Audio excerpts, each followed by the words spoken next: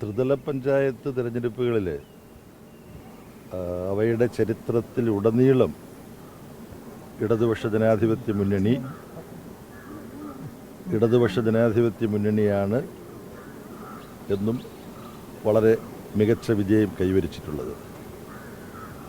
ഞാൻ ഓർക്കുന്നുണ്ട്, ഒരു തിരഞ്ഞെടുപ്പിൽ ഒരു ജില്ലാ പഞ്ചായത്ത് ഒഴികെ കേരളത്തിലെ മുഴുവൻ ജില്ലാ പഞ്ചായത്തുകളും അതുപോലെ തന്നെ കോർപ്പറേഷനുകളിലും മുനിസിപ്പാലിറ്റികളിലും ബ്ലോക്ക് ഗ്രാമപഞ്ചായത്തുകളിലുമൊക്കെ വളരെ മിന്നുന്ന വിജയം LDFന് നേടാൻ മുമ്പ് കഴിഞ്ഞിട്ടുണ്ട് പല ഘട്ടങ്ങളിലും.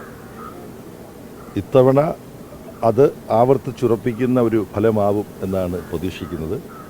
കാരണം കേരളത്തിൻ്റെ രാഷ്ട്രീയ ചരിത്രത്തിൽ ത്രിതല പഞ്ചായത്ത് തിരഞ്ഞെടുപ്പ് ഇടതുപക്ഷ ജനാധിപത്യ മുന്നണി പ്രസ്ഥാനം ഭരണത്തുടർച്ച നൽകിയ ഒരു കാലഘട്ടത്തിൽ നടക്കുന്നത് ചരിത്രത്തിൽ ആദ്യമായിട്ടാണ്, ഇപ്പോഴാണ്.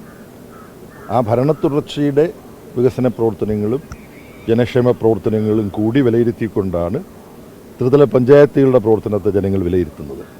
അപ്പോൾ അതുകൊണ്ട് തിരുവനന്തപുരം കോർപ്പറേഷനിലും തിരുവനന്തപുരം ജില്ലാ പഞ്ചായത്തിലും അതുപോലെ കേരളത്തിലുടനീളവും LDFന് വളരെ മികച്ച വിജയമുണ്ടാവും എന്ന ശുഭപ്രതീക്ഷയാണ് ഉള്ളത്.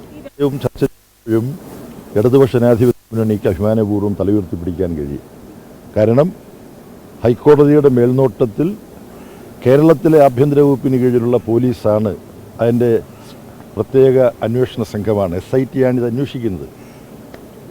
ഇടതുപക്ഷവുമായി ഏതെങ്കിലും തരത്തിൽ ബന്ധമുള്ളവരെ ആരെങ്കിലും ഇതിൽ ഉൾപ്പെട്ടിട്ടുണ്ടെങ്കിൽ അവർക്കെല്ലാം എതിരായി ശക്തമായി നീങ്ങുന്ന ആഭ്യന്തര വകുപ്പിനെയാണ് കേരളം കാണുന്നത്.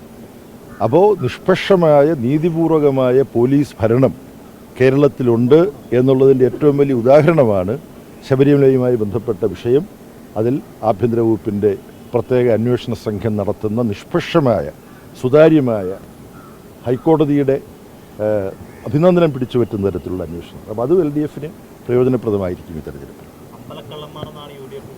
അല്ല, അത് പിന്നെ അതിനെക്കുറിച്ച് ഞാൻ കൂടുതലൊന്നും പറയുന്നില്ല. ഈ കേന്ദ്രത്തിലും മറ്റ് സംസ്ഥാനത്തിലും ഒക്കെ കോൺഗ്രസ് ഭരണവുമായി ബന്ധപ്പെട്ട് എത്രയെത്ര അഴിമതികളുടെ പട്ടികയാണുള്ളത്. അതൊന്നും ഈ സമയത്ത് പറയേണ്ട കാര്യമില്ല, ജനങ്ങൾക്കറിയാവുന്ന കാര്യമാണ്.